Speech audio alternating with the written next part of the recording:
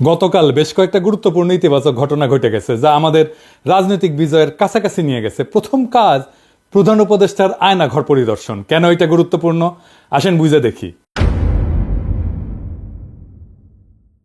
আমরা আয়নাঘরের কথা প্রথম জানতে পারি নেত্র নিউজের একটা প্রতিবেদনে 22 আগস্ট 2022 সালে। সারা দুনিয়া চমকায় ওঠে, কিছু ছবি বাইরে আসে আয়নাঘরের, কিভাবে বন্দীদের রাখা হয়, কারা কারা আছে আমরা জানতে পারি। ওই প্রতিবেদনে আমরা জানতে পারি ব্যারিস্টার আরমান আর ব্রিগেডিয়ার আজমি ওই আয়নাঘরে আছেন। ওই মৃত্যুপুরী থেকে বেঁচে ফিরে আসেন একজন ভাগ্যবান সেনা অফিসার কর্নেল হাসিনুর রহমান। উনি আমাদের জানান এই ব্রিগেডিয়ার আজমি এবং আরমান বেঁচে আছে, ওইখানেই আছে।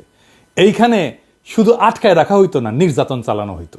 আপনি জেলে যান অপরাধ কইরা, কিন্তু জানেন আপনি কবে ছাড়া পাবেন, আপনার পরিবার জানে আপনি কোথায় আছেন, আপনার আইনজীবী আপনার পক্ষে সওয়াল জবাব করতে পারে আদালতে, আপনার পরিবার আপনার সাথে দেখা করতে পারে, আপনি জেলে বই পড়তে পারেন, নামাজ পড়তে পারেন, খেলাধুলা করতে পারেন, গল্প করতে পারেন, অসুস্থ হইলে চিকিৎসা নিতে পারেন, ওইখানে হাসপাতাল আছে, ভালো মন্দ খাইতে পারেন। এখানে কিছুই নাই, কোনো বিচার নাই, শুধু পশুর মতো আটকায় রাখা। আর এটা কোথায়? ক্যান্টনমেন্টের ভেতরে। নেত্র নিউজের প্রত্যেকটা বর্ণ সত্যি ছিল। এটা ছিল হাসিনার গোপন বন্দিশালা, যাদের কোনোভাবেই আইনত কারাগারে রাখা যায় না, দণ্ড দেওয়া যায় না, তাদের এই আয়না ঘরে রাখা হইতো। আমরা জানতাম একটা আয়নাঘর আছে, কিন্তু অবিশ্বাস্য হইলেও আমরা জানছি একটা না, 700 থেকে 800 এরকম গোপন বন্দিশালা ছিল। বাংলাদেশে যত আয়নাঘর আছে প্রত্যেকটা খুঁজে বের করা হবে। সোফার আমাদের কাছে গুম কমিশনের ইনভেস্টিগেশন অনুযায়ী এবং সিকিউরিটি ফোর্সের যা ইনভেস্টিগেশন করেছে, আমরা জেনেছি এটার সংখ্যা কয়েকশো, মেবি 700 থেকে 800, এবং এইটা আরও বের হচ্ছে। এই আয়নাঘর পরিদর্শনের অনুমতি পায় গুম কমিশন সেপ্টেম্বর মাসে। 3রা অক্টোবর আমরা জানতে পারি অনেক আলামত মুছে ফেলা হয়েছে, ভেঙে ফেলা হয়েছে দেওয়াল, রং করা হয়েছে নতুন কইরা। দেওয়ালে বন্দিরা অনেক কিছু লিখে রাখছিল, আমরা কিছু কিছু দেখতে পাচ্ছি এখনো আছে।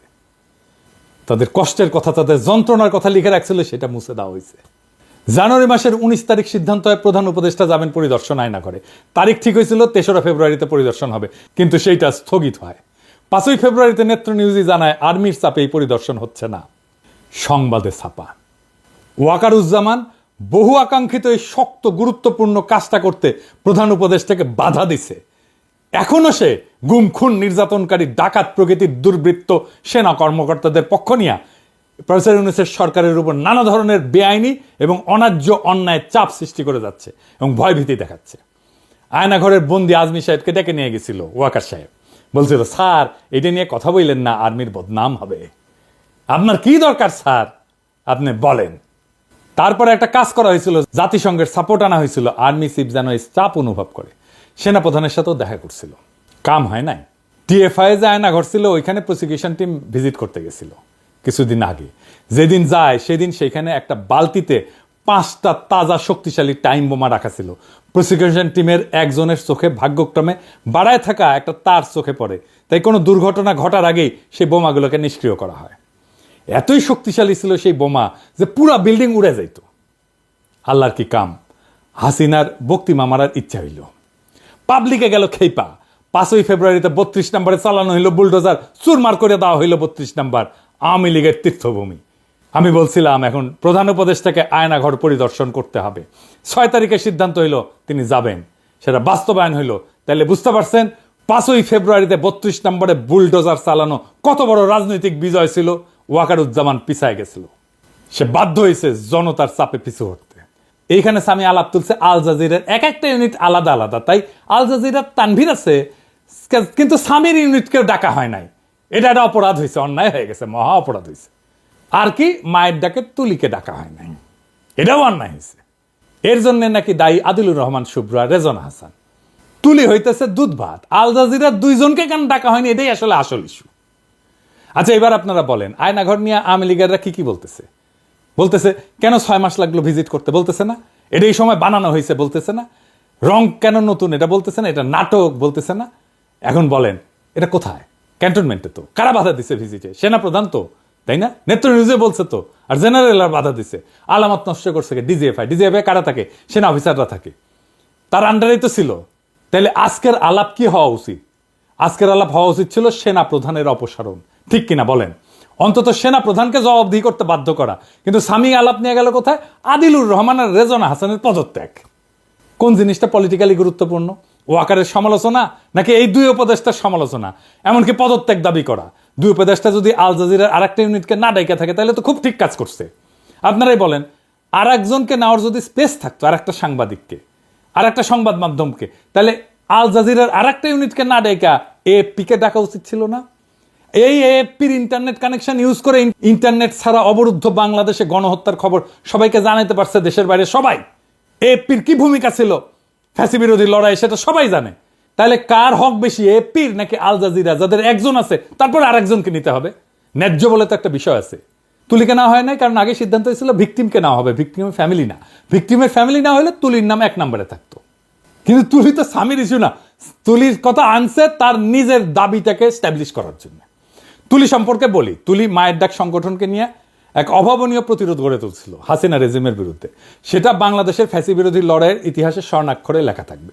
আমি তুলিকে প্রধান উপদেষ্টা বিশেষ সহকারী করার কথা বলছিলাম সেই অগাস্ট মাসে। আমার সেই প্রস্তাব এখনো আছে, তুলিকে বিশেষ সহকারী করতে হবে প্রফেসর ইউনূসের। তবে ইমিডিয়েটলি তুলিকে আইন মন্ত্রণালয়ের অধীনে যে হিউম্যান রাইটস কমিশন আছে তার কমিশনার নিয়োগ দেওয়া হোক। এটা ইমিডিয়েটলি 1 সপ্তাহের মধ্যে করা হোক। তুলিকে আমাদের দ্রুত কাজে লাগাইতে হবে, সে আমাদের সম্পদ এবং আমরা সবাই তুলিকে ভালোবাসি। আমি প্রয়োজনে প্রফেসর ইউনূসের সাথে কথা বলবো তুলিকে বিশেষ সহকারী করার জন্য। তবে হিউম্যান রাইটস কমিশনের কমিশনার হিসেবে কিছুদিন অভিজ্ঞতা সঞ্চয়ের পরে তাকে যেন বিশেষ সহকারী করা হয়। এইবার আসেন একটা গুরুত্বপূর্ণ বিষয় নিয়ে আলাপ করি। জাতিসংঘের ফ্যাক্ট ফাইন্ডিং কমিশন 1 জুলাই থেকে 15 আগস্ট পর্যন্ত যা যা ঘটছে তার একটা রিপোর্ট করছে। সেইখানে তারা বলছে হাসিনা সরকার গুরুতর মানবাধিকার লঙ্ঘন করছে। এটা হাসিনার নির্দেশেই হয়েছে। এমনকি হাসিনা আন্দোলনের সংগঠক এবং সমন্বয়কদের হত্যা করে তাদের লাশ গুম করে ফেলার নির্দেশ দিচ্ছিল বলে জানাইছে জাতিসংঘ।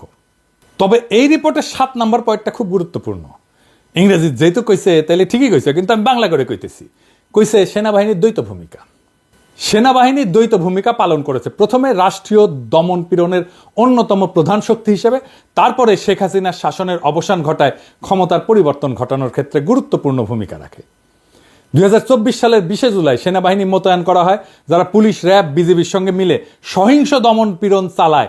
সেনারা বিক্ষোভকারীদের উপর সরাসরি গুলি চালায়, আমরা ভিডিও দেখছি, যার ফলে বিচার বহির্ভূত হত্যাকাণ্ড ঘটে এবং গণগ্রেপ্তার অভিযানে চালানোর জন্য একটা আড়াল সৃষ্টি করে পুলিশ বাহিনীকে। প্রাক্তন সিনিয়র কর্মকর্তাদের সাক্ষ্য অনুযায়ী সেনাবাহিনী হত্যাকাণ্ড সম্পর্কে অবগত ছিল এবং এটা প্রতিরোধের কোনো পদক্ষেপ নেয়নি।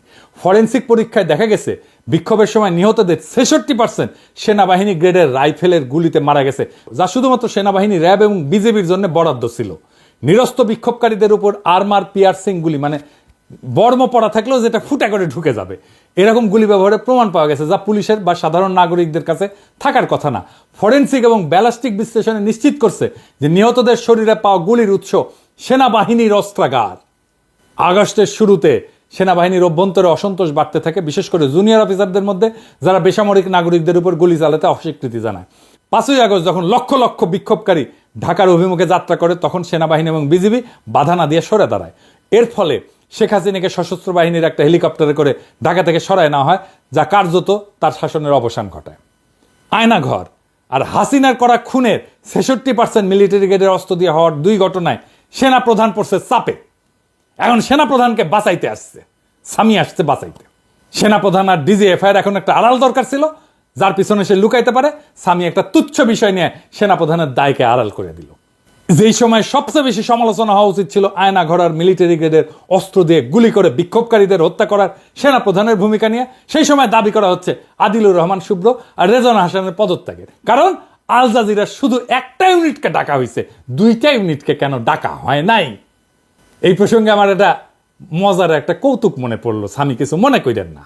এক ছোট বাচ্চা শার্ট কিনবি, তো বাপে কইছে বাবা বাবা শার্ট কিনবো। তা বাপ কইছে যে বাবা আমি তো যাইতে পারবো না, তোমাকে টাকা দিলে তুমি কিনতে পারবা। হ্যাঁ কিনতে পারবো। 100 টাকা দিছে, বলছে দোকানদাররা কিন্তু খুব খারাপ বুঝছাও, তুমি যে দাম চাইবে না তার অর্ধেক বলবা। তো বলছে আচ্ছা ঠিক আছে বলবো। দোকানে গেছে, শার্ট পছন্দ হয়েছে, দাম চাইছে, কত দাম? বলছে 100 টাকা দাম। তো বলছে 50 টাকায় দেবেন? তো বলছে আচ্ছা ঠিক আছে তুমি 50 টাকাই দাও।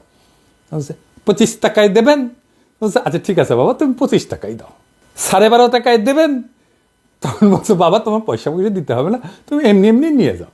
So, তাহলে আমাকে 2টা শার্ট দিতে হবে, মানে এমনি এমনি দিলেও 2টা শার্ট দিতে হবে। এই হইতেছে স্বামীর আবদার।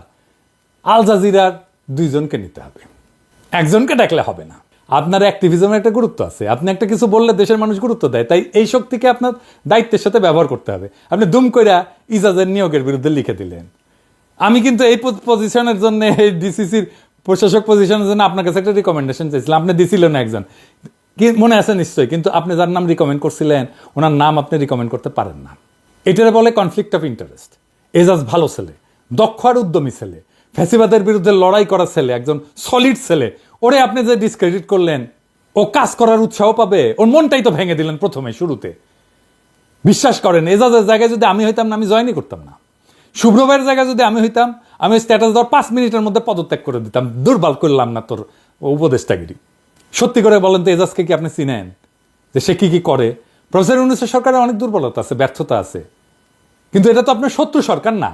আমাদের সরকারের সমালোচনা করতে হবে, আমি মানা করতেছি না, কিন্তু সমালোচনার লক্ষ্য হবে সরকারকে যেন গতিশীল করা যায়, সরকারকে যেন বিপ্লবী চরিত্র ধারণ করতে সাহায্য করা যায়।